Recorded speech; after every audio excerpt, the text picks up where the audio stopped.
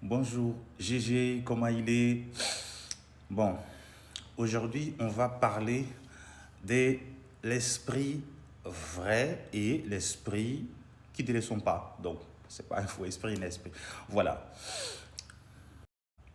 Si vous pensez qu'on peut facilement savoir si un esprit est mauvais ou bien ou pas vraiment, c'est pas aussi simple que ça.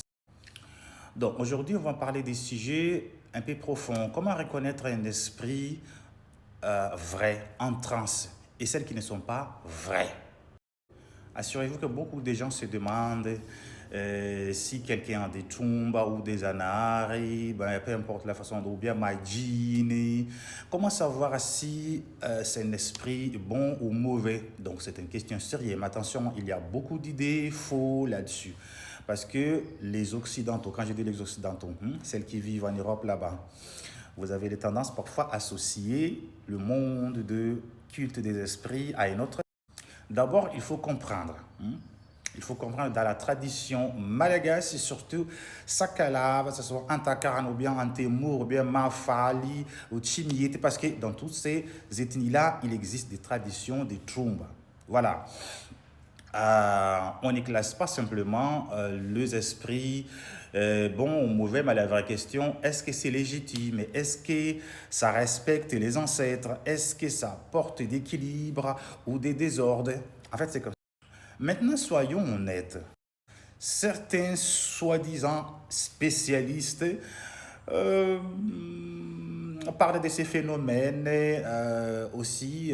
Ça peut venir des stress, traumatisme ou bien influence de l'environnement. Non, donc il ne faut pas juger trop vite. En fait, c'est aussi compliqué que ça. Parce que dans la tradition, ce n'est pas toi qui décides. Il faut consulter les anciens, les grands sorciers, ou bien les grands dadila, les tchoum, ou bien les personnes reconnues dans les domaines, celles qu'on appelle souvent fundi. Voilà, le fundi, parce que malgache, il y a des mots, on a presque qui n'utilise pas du tout, à part de fundi, parce que ça c'est un mot étranger. Il y a des mots qu'on appelle umbiasa. En fait, c'est ça, le mot malagasy pour désigner ça, les umbiasa. Il faut consulter les umbiasa. Voilà. Bon, un esprit considéré comme légitime parle clairement, reste à maîtriser et il ne détruise pas la personne. Oui, il ne te détruise pas. Il transmet très bien la sagesse et le message et après, personne redevient normal. Dès que tu as accompli tous les rites et tout ça, donc tu deviens normal. Quand je dis normal, ce n'est pas normal comme tu le penses.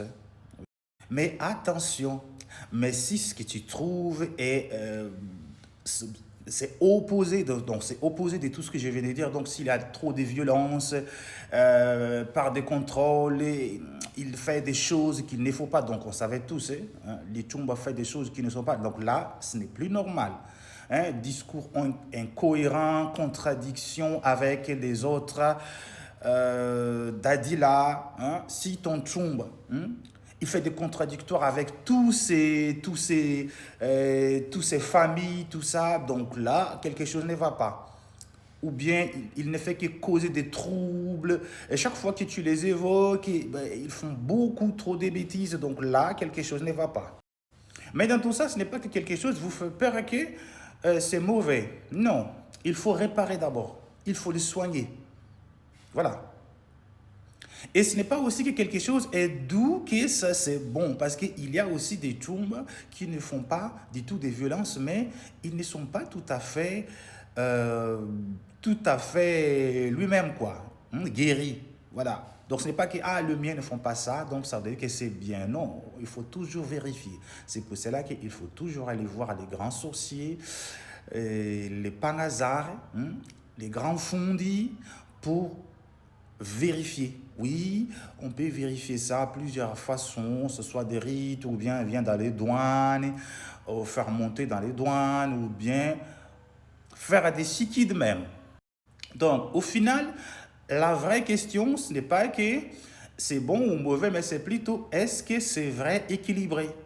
Quand ton tombe est équilibré, donc vous avez la chance, donc tu vibres haut, tu peux atteindre ton objectif et il répond vite. Voilà, chaque fois que tu fais ton prière, donc il répond vite. Donc là, c'est bien et ça va. Voilà. Si vous avez encore des questions, n'hésitez surtout pas à les mettre dans les commentaires et partagez nos vidéos. Voilà.